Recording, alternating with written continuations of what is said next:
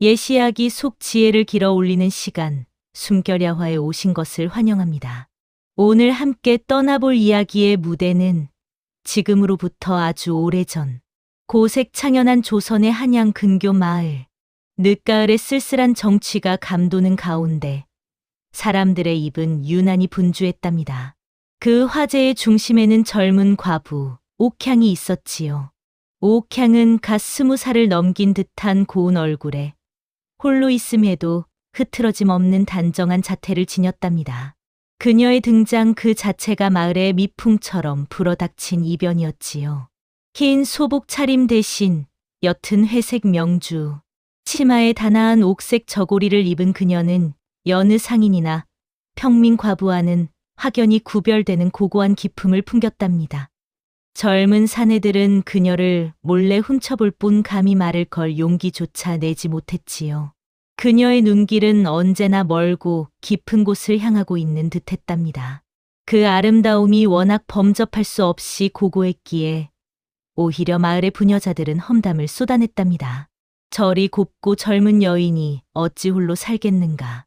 분명 어디선가 재산을 탕진하고 몸이라도 팔아보려는 천박한 수작일 것이야. 마을 여인들은 그녀를 여우 같은 년이라 수군거리며 자신들의 남편들이 옥향에게 시선을 빼앗길까 노심초사했답니다. 옥향은 그러나 그런 질투 섞인 험담에는 전혀 관심이 없다는 듯 늘 자신의 작은 방에서 붓과 먹을 꺼내 묵묵히 장부를 정리할 뿐이었지요. 그녀의 방에 밤늦도록 등불이 꺼지지 않는 것을 본 사람은 많았으나 그 장부에 무엇이 적히고 있는지는 아무도 알지 못했답니다. 그녀의 눈빛은 남자들의 끈적한 시선이 아닌 무언가를 집요하게 계산하고 확인하는 듯 냉철하고 싸늘했답니다. 옥향의 주변에는 마치 두꺼운 얼음장 같은 기운이 감돌아 누구도 감히 그 장막을 뚫고 들어가지 못했답니다. 그녀는 그저 조용히 자신이 기다리던 순간을 준비하고 있었답니다. 그러나 이 모든 소문과 옥향의 무심한 태도를 뒤에서 조용히 관찰하며 감히 그 장막을 뚫고 들어갈 야욕을 품은 이가 있었으니 바로 마을의 최고 부자이자 탐욕의 화신 최진사였답니다. 최진사의 재산은 실로 막대하여 그가 숟가락을 들면 마을 사람 10집이 한 끼를 해결할 수 있다는 말이 있을 정도였답니다. 하지만 그에게는 단 하나 목숨보다 귀한 데를 이을 후사가 없었지요. 그는 밤마다 사당에 들어가 엎드려 빌고 또 빌었답니다. 제사를 드릴 때마다 손자리가 비어있는 것을 보면 가슴이 찢어지는 듯 아팠답니다. 이 재물과 권세가 산처럼 쌓여 무엇을 한단 말인가? 물려줄 아들이 없다면 이 모든 것이 곧 사라질 허망한 그림자에 불과하지 않겠느냐? 그의 절규는 사당 벽에 부딪혀 공허하게 울렸답니다. 아내와 며느리를 닥달하고 세첩을 드리려 애썼지만 헛수고였답니다. 대가 끊긴다는 것은 그의 모든 탐욕이 곧 무의미해진다는 것을 의미했답니다. 절박해진 최진사의 눈에 옥향이 들어온 것은 우연이 아니었답니다. 마치 운명처럼 그의 간절한 욕망이 그녀를 끌어들인 것이었지요. 그는 사람을 시켜 옥향의 과거를 철저히 뒷조사하게 했답니다. 이 여인의 정체가 무엇인지 알아내서 그녀를 손에 넣을 방법을 찾아야 했답니다. 진사나리 그녀는 신비롭습니다. 마치 공기 중에서 솟아난 듯 그 어디에도 기록된 바가 없습니다. 양반가 출신인지 평민인지 친정은 어디인지 전남편은 누구였는지 그 어떤 것도 알아낼 수 없었습니다.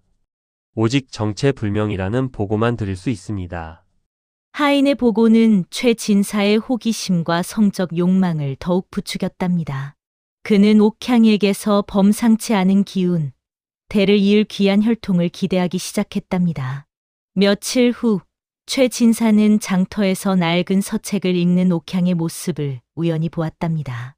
그녀는 복잡한 한자로 가득한 서책을 읽으면서도 흐트러짐 없이 고요했답니다. 그 고고한 기품과 냉정한 태도는 최진사를 완전히 매료시켰답니다. 그는 더 이상 지체할 수 없었답니다. 이 여인이 자신의 후사를 낳아줄 유일한 희망이라고 맹신하기 시작했답니다. 그날 밤 최 진사는 옥향을 자신의 집 깊숙한 사랑채로 은밀하게 불러들였답니다. 사랑채 방 안에는 등불 하나만 희미하게 켜져 마치 미래를 연상시키는 긴장감이 감돌았답니다. 옥향은 아무런 두려움 없이 방 한가운데 앉아 최 진사가 먼저 말을 꺼내기를 기다렸답니다. 최 진사는 노골적으로 자신의 제안을 꺼냈답니다. 과부 옥향, 나는 당신의 고고한 기품을 보았고 그대에게서 범상치 않은 운명을 읽었소. 내가 이 집의 모든 재산을 물려받을 귀한 아들을 낳아준다면 그 대가로 나는 당신에게 마을 10채를 사고도 남을 거액의 재물과 이 집안에서의 평생 권세를 약조하겠소.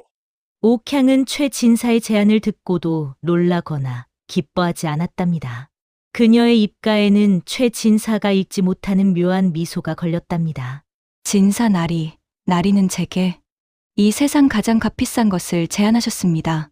허나 저는 값싼 거래는 하지 않습니다. 저희 조건을 듣고도 나리께서 승낙하실지 하룻밤을 더 생각할 시간을 주십시오. 옥향의 대답은 최 진사의 오만함에 불을 질렀답니다. 그는 이 여자가 더 많은 돈을 뜯어내려 애태우는 것이라 생각하며 코웃음을 쳤답니다. 다음 날 옥향은 다시 사랑채로 찾아왔답니다. 그녀는 두루마리 종이를 펼치더니 직접 먹을 갈아 정성스럽게 무언가를 적기 시작했답니다. 장문의 거래 계약서였답니다.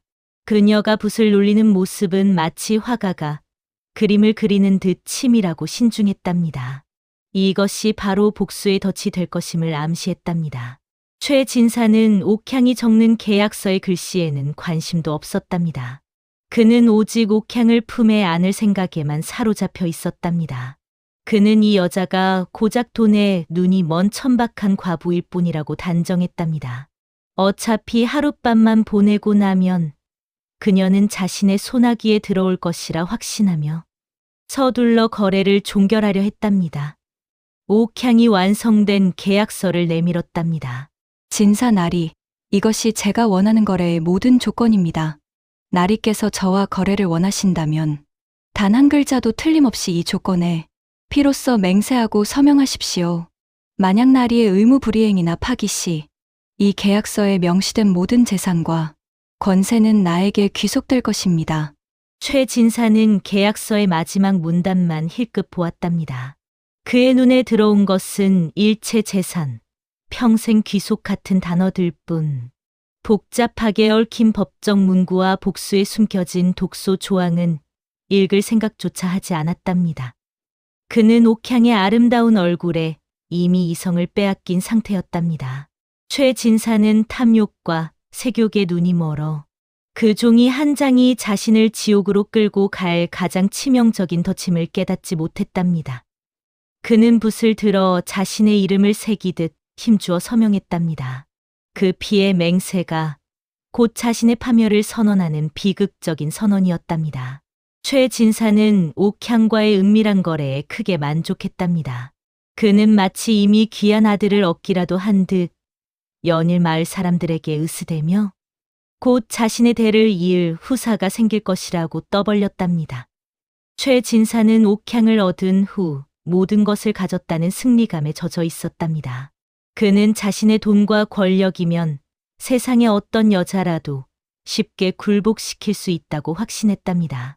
그의 오만함은 하늘을 찔렀고 그 오만함은 곧 그가 파멸로 걸어 들어가는 가장 큰 장벽이었답니다. 옥향은 최 진사 앞에서는 한없이 순종적이고 유약한 여인인 척 행동했답니다. 하지만 최 진사가 돌아선 후 그녀의 눈빛은 즉시 싸늘하게 변했답니다. 그녀의 입가에는 냉소적인 비웃음이 서렸답니다. 옥향은 최 진사에게 받은 돈 중 일부를 당장 장터에 나가 화려한 비단과 값비싼 놀이개를 구입하는 데 탕진하는 척하여 최 진사가 그녀를 돈맛에 취한 속물로 확신하게 만들었답니다.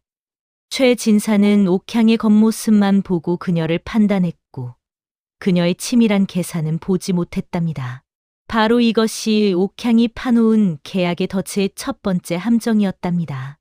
옥향은 계약서에 명시된 대가를 명분으로 최 진사에게 자신의 모든 재산 현황이 기록된 핵심 문서들에 접근할 권한을 요구했답니다.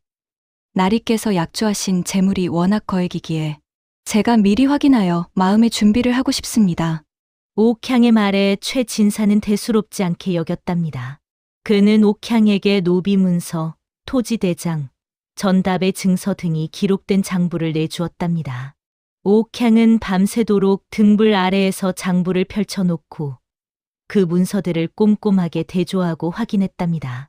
그녀의 눈빛은 보석을 보는 듯이 빛났지만 그것은 탐욕이 아닌 복수의 집념이었답니다. 옥향은 며칠 후 최 진사 몰래 마을 밖에 신뢰할 만한 서기를 은밀히 고용했답니다. 그녀는 최 진사의 모든 재산 문서를 서기에게 맡겨 정확하게 복사하도록 지시했답니다. 단순한 복사가 아니었답니다. 그것은 복수를 실행한 후 자신의 재산권을 완벽하게 공증하기 위한 치밀한 사전 작업이었답니다. 최 진사는 자신의 재산이 얼마나 많은지 자랑하려 문서를 내주었지만 옥향은 그 문서를 이용해 최 진사의 모든 것을 정확하게 파악하고 있었답니다. 어느 보름밤 옥향은 달빛이 스며드는 무덤가를 홀로 찾아갔답니다. 그곳에는 낡고 허름한 비석이 세워져 있었답니다. 그 무덤은 바로 억울한 누명을 쓰고 세상을 떠난 옥향의 아버지의 것이었지요. 옥향은 비석 앞에서 무릎을 꿇고 눈물 한 방울 흘리지 않은 채 침묵 속에서 긴 만남을 가졌답니다. 그녀의 눈빛은 다짐으로 가득했답니다. 아버지, 그자가 당신께 지은 짐을 이제 제가 되돌려 드릴 것입니다. 조금만 더 기다려 주십시오.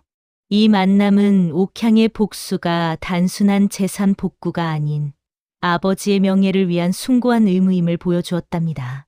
한편 최 진사는 옥향에게 빠져 나라실과 본업을 등한시하고 있었답니다. 마을에는 최 진사가 젊은 과부에게 홀려 이성을 잃었고 곧 가산을 탕진할 것이라는 소문이 퍼지기 시작했답니다. 소문은 최 진사를 비웃었지만 그는 옥향의 속물적인 낭비를 보며 안심했답니다.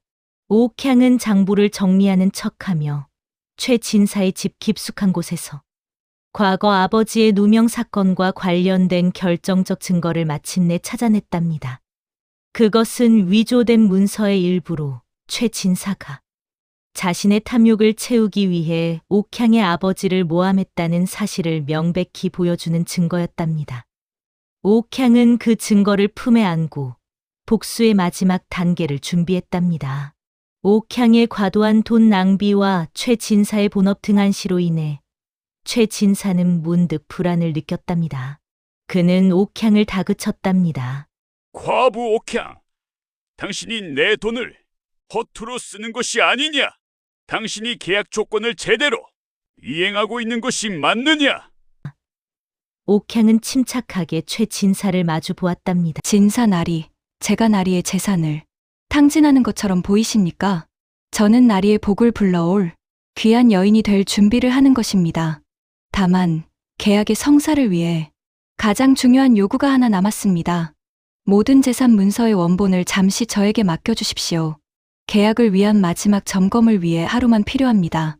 최 진사는 망설였으나 옥향의 순종적인 표정과 자신의 아들을 얻고자 하는 욕망에 눈이 멀어 결국 승낙하고 말았답니다. 최 진사는 자신의 모든 권한이 담긴 재산, 문서의 원본을 자신의 파멸을 계획한 복수의 화신에게 제 발로 건네주고 말았답니다.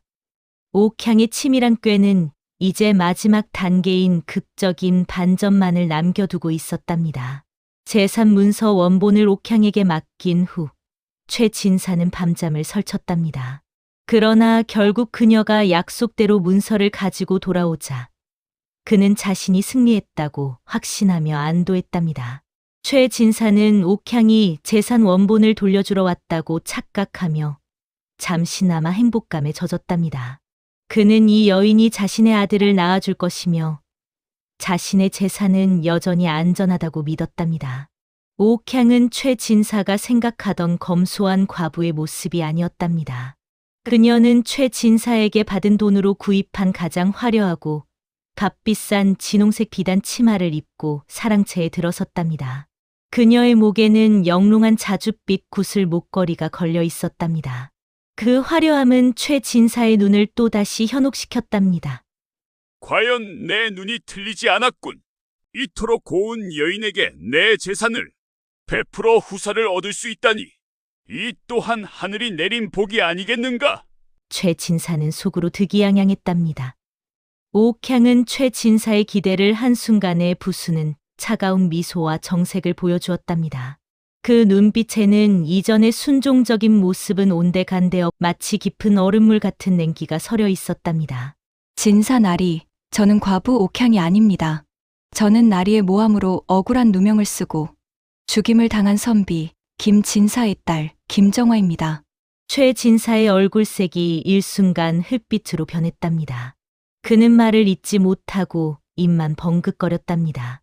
옥향은 자신의 이름 대신 아버지의 성과 이름을 대며 정체를 밝히고 품속에서 과거 아버지의 누명 사건과 관련된 결정적 증거물이 조된 문서의 일부를 꺼내 최 진사에게 던졌답니다. 증거물이 최 진사의 무릎 위로 떨어지며 과거의 죄가 현실로 돌아왔음을 선언했답니다. 옥향은 계약서를 집어들고 가장 핵심적인 문구를 손가락으로 가리켰답니다. 바로 킬링 포인트, 계약의 덫이었답니다. 옥향의 목소리는 조용했지만 그 울림은 천둥처럼 최 진사의 귀를 때렸답니다. 나리는 이 계약서에 나의 의무가 이행되지 않을 시 모든 재산이 저에게 귀속된다는 조항의 피로 맹세하셨습니다. 그런데 나리는 제게 단 하나의 의무도 주신 적이 없습니다. 하룻밤을 함께 보내는 것은 단순한 제안이었을 뿐, 이 계약서 어디에도 반드시 이행해야 하는 의무로는 명시되지 않았습니다. 최 진사는 경악했답니다. 그는 옥향을 품에 안고 대를 이을 아들을 얻는 것을 자신의 의무로만 생각했지. 옥향에게 주어진 의무가 없다는 치명적인 허점을 발견하지 못했답니다. 이것은 협잡이다. 기만이다. 최 진사는 자리에서 벌떡 일어나 계약서를 찢으려 달려들었답니다. 옥향은 전혀 동요하지 않고 치밀하게 미리 준비한 재산권, 이전 서류를 펼쳐 보였답니다. 이미 늦었습니다. 나리께서 저에게 모든 재산, 문서의 원본을 맡겨주셨을 때 저는 나리의 계약 불이행을 근거로 법적 절차를 밟았습니다. 나리의 재산은 나리께서 피로 서명하신 계약서에 따라 이미 저에게 완전히 이전되었습니다. 나리는 이제 단 한 푼의 재산도 소유할 수 없습니다. 최 진사는 다리에 힘이 풀려 주저앉았답니다. 그는 자신이 옥향의 아름다운 외모에 정신이 팔려 계약서의 독소 조항을 읽지 않고 서명한 오만함에 대해 통곡하며 절규했답니다. 아이고, 내가 그깟 아녀자의 미색에 눈이 멀어. 내 스스로 내 무덤을 팠구나.